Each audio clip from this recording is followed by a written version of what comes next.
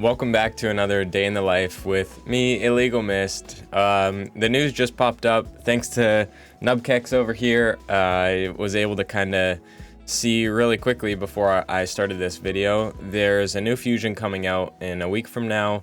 Looks like Razelvarg is his name. So a Skinwalker's Nuker, which is pretty cool. I actually haven't looked at his kit or anything, but I figured why not throw this in the beginning of the video in case you all haven't seen. So he has his A1 attack 3 times. Each hit fills the champion's turn meter by 5%. So a 15% turn meter fill on his A1, which is nice.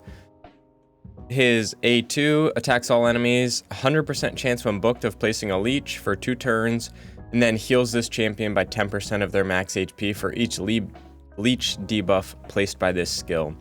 So if you used him in arena, he would get a 40% HP fill, which is pretty crazy, or something like Hydra if you were using him in Hydra, and it's on a 3-turn cooldown, which is pretty nice.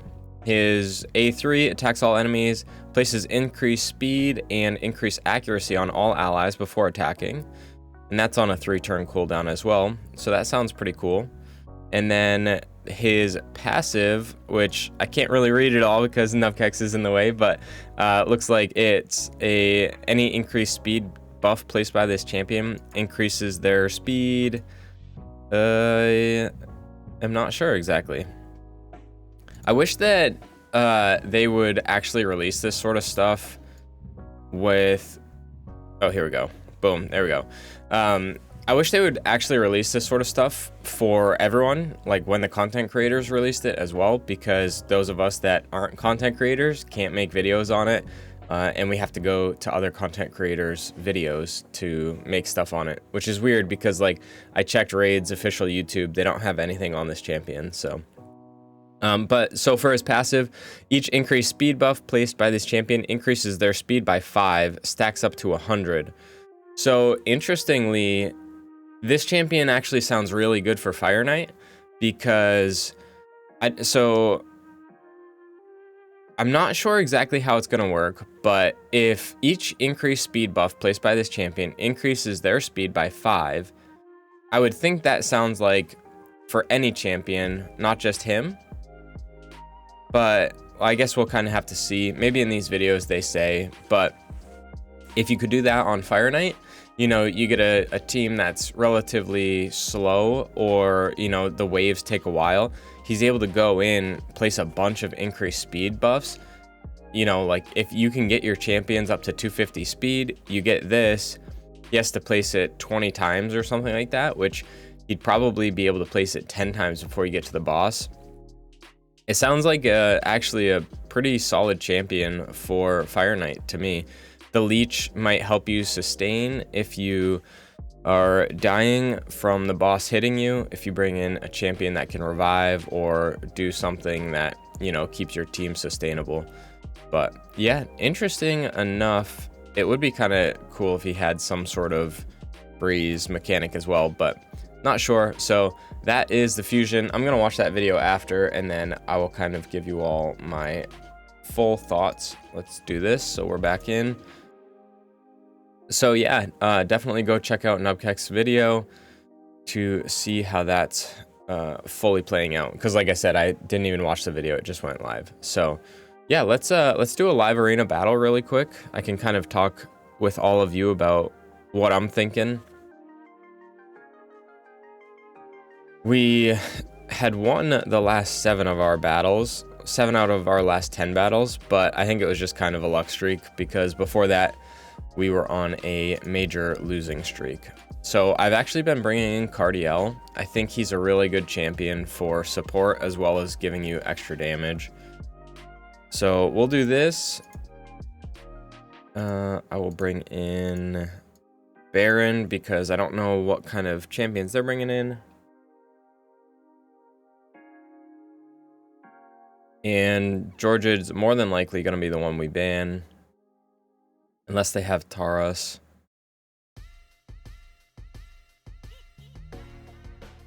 Okay, interesting. They have a Warlord. But I'm actually not too concerned about Warlord. So if I ban Georgid, they have the chance to place bombs on us. I'm gonna do this. See how this goes. We'll get this on us. They have damage in the sense of being able to use... Yeah, they might lock me out, and then I don't think my... Yeah, my champs won't be faster than them.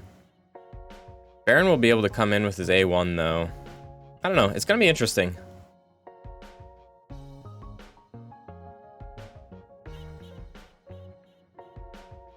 Okay, nice. We actually resisted on the vast majority of our champs. So yeah, Candy's gonna go down. Not a big deal though.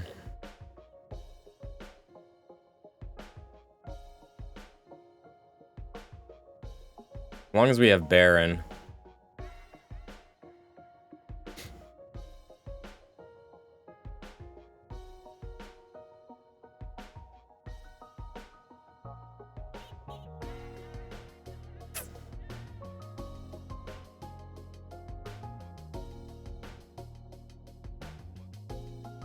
And they're just gonna kind of outcycle us. So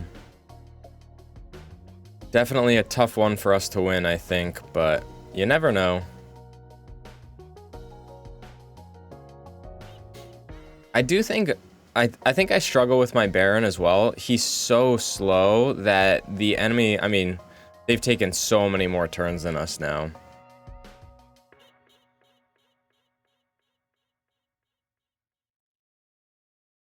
Take her out. Go in like this. Boom. Nice. Okay, sweet. We managed to squeak that one out. That was way closer than it should have been. For our battle log, like I said, we had won the past 7 of 10. So I've been bringing in Ragash a couple times. This team was nice. The Cardiel and the Gaius was cool. And Cardiel was clutch. Him and Pythion were able to cleanse the bombs. I think, yeah, I had brought in Cardiel quite a bit, actually. And, yeah, so I had one loss. Just in case you all get into live arena, if you bring in a champion like Gaius and your whole team dies, but Gaius's bombs kill the other team, your team's still gonna lose, or at least it did for me. So it was very interesting, and I didn't see anything about it. So just so you guys are aware, like, you can't nuke the enemy team with your Gaius and die and expect to win. So, but if anything crazy changes or whatever, I'll let you all know. But that's what I saw, at least from my testing. So kind of bumps him down a little bit just because, you know, the kind of like win condition that you have in Classic Arena isn't there in the same format. Crit rate and attack, we'll keep that. Avoid is always nice. And an epic book. So nothing crazy from Clan Boss. I did forget to hit hard last night, so I'm gonna hit brutal really quick and then we'll be on our way. Okay, we are done with that key. Getting some of our advanced quests done. I didn't realize I'm pretty much over halfway, something like that, for the Lego book, which is nice. I gotta finish up my dailies though, because look at this, our monthly, today is the last day, so we'll summon a couple champs. I should probably do just 3 individuals instead of 10 pulls because I'm so low on mystery shards. And we'll do this again. No, not enough mystery shards, and I keep just using stuff like that. So upgrade an artifact or accessory. I thought I got... You can do this one, I guess. Nice. Cool. Defense on a defense percent refresh ring. And 3 campaign bosses. So we'll go in here and do this really quick. And then grab our monthly sacred and void. But yeah, I think the new champion sounds pretty interesting to me. I was doing some math out, and at 235 speed, base speed for that champion without an aura or anything, if you manage to get the additional 100 speed from the passive, the champ will be over 500 speed, and then you'll essentially be able to go twice before the Fire Knight or like any of the hard mode dungeon bosses, because I think Fire Knight's the highest at 250 speed. So yeah, with the increased speed and the passive built up, he'll be like over 500 speed, which is pretty crazy. So he definitely seems like a champion that could be worth going for, because he'll reach speeds that are pretty much unobtainable by anyone else. Now, with the 2 AoEs, maybe, I don't know, he could be decent in a stun set or something like that, but not sure exactly. But I think, again, it's something that's so unique that you kind of just have to like look at it and be like, okay, well, is anyone else gonna have this for a long time? Probably not. So I will grab him and see, you know, just how good he is in certain areas. And you never know, the new, oh nice, our ancient for the week as well. You never know like how oh, I was like, how are we at 80 out of 80 but we are like down on tag tokens? It's because of the silver keys. But yeah, you never know what content will come out, and he could be really good for something. So we've got Errol and UDK, champions that I have, but no Seer again. Man, it has been a hot minute since Seer has shown up. Unfortunately, have not gotten her yet. I still have my 6 keys for here. For Fire Knight, I haven't gotten anything great yet. I don't even think I've gotten anything of note. But we're trucking along. We're at 1,000. Should be able to get a decent bit of points for the monthly energy that we have. Might do some tag battles to see. I'm close to the 100 energy, which is nice, but I don't think I'll get up to the 2880 just because I've been keeping my defense in, like I talked about yesterday. And it's been working out for me. I'm in the green right now, so yeah, hopefully I can stay up in the green and promote up to gold 2 right in time for non-personal rewards CVCs. 100 energy here too. Man, I am getting a bunch of energy today, which is nice. So we'll farm up the Fire Knight really well. A champ training with a Lego book at almost 15k. I should go for it, to be honest. It's a 5-day event as well. The Immortal Soulstone is nice. The 6-star Chaos Ore, also great. Because I like to use those every once in a while. But, yeah. Oh, I can grab these 1,000 from the Dungeon Divers, I think. And how close am I? Yeah, if I grab those, I'll get this Void Shard as well. So that might be the play for sure. Definitely think it's worth it. I'm 1,200 away from getting it. So we'll do that for sure. I don't know if the champ training is going to be a priority. I know the Lego book is really nice and the Immortal Soulstone too, but it's a lot of points and I don't have a whole lot of food right now. So, and my mystery shards are really low. So I don't know if I'll go for it necessarily. Depending on, like, I have a bunch of ancients, but I really just want to keep saving them. Like, there's no point for me to pull on 2Xs, to be honest. I don't know. So I'd rather save them and use them as a currency for fusions or fragments or guaranteed champions than pull them for a 2X in the hopes of getting a champion like Valkyrie or someone. So yeah, so that's where we are at. I didn't do my keys here yet, so I got to do that, but we're coming up close to the top. We still got some energy, a Void Lego book, and a Sacred, which is nice. And then we go into the normal, and we don't really get any rewards. We get a couple Voids, I think, but nothing too crazy. So it's kind of like, it's funny because I feel like the first couple weeks when Doom Tower rotations switch, the resources that you get just come in super quick because you're getting a bunch of voids and sacreds and Lego books, and then after that it slowly dries up for a couple weeks and then you rotate back around. So, but yeah, I have enough books now for my martyr, which is nice. So she'll probably get both of those books, and the Hydra kind of got the nerf or buff or whatever the heck you want to call it is gone, so I'll be able to go in and do my keys pretty easily. I think this was the team. Yeah, this was the team I used last time, so we can see a little bit how it does. Maybe. And yeah, definitely trying to target this head as much as possible.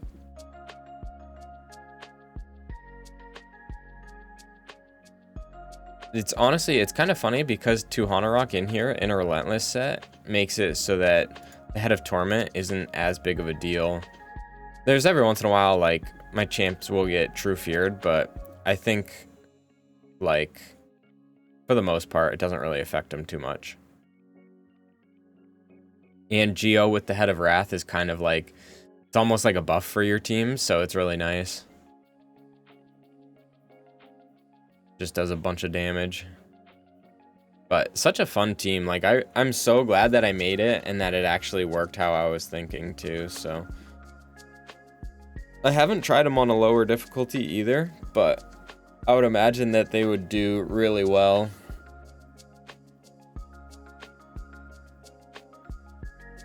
The burn goes on everyone. Only for 1 turn, which is nice, because then if Geo does try and place his burn on the other champs, it'll overwrite the one that spread, so he'll actually do damage to them.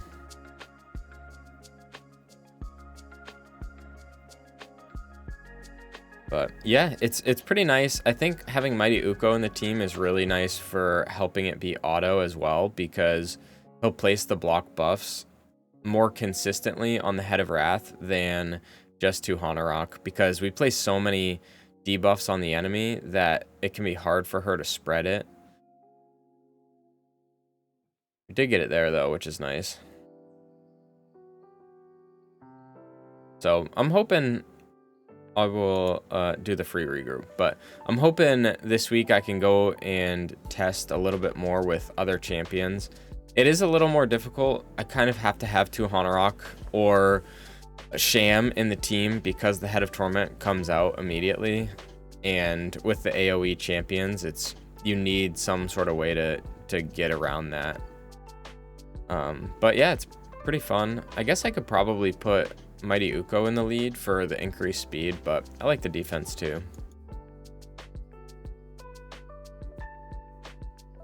Yeah, so what else? Ugh, I hate Dwarves is like one of my slowest factions for 20 and 21.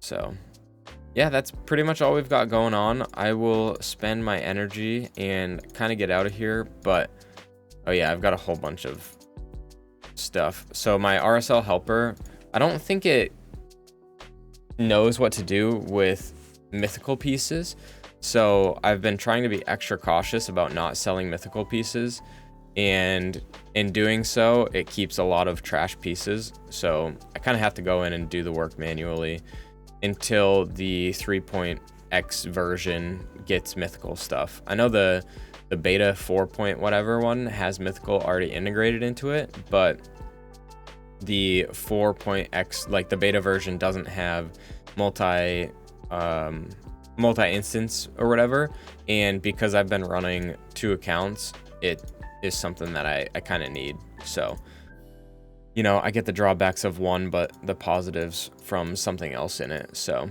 yeah, yeah, I don't know.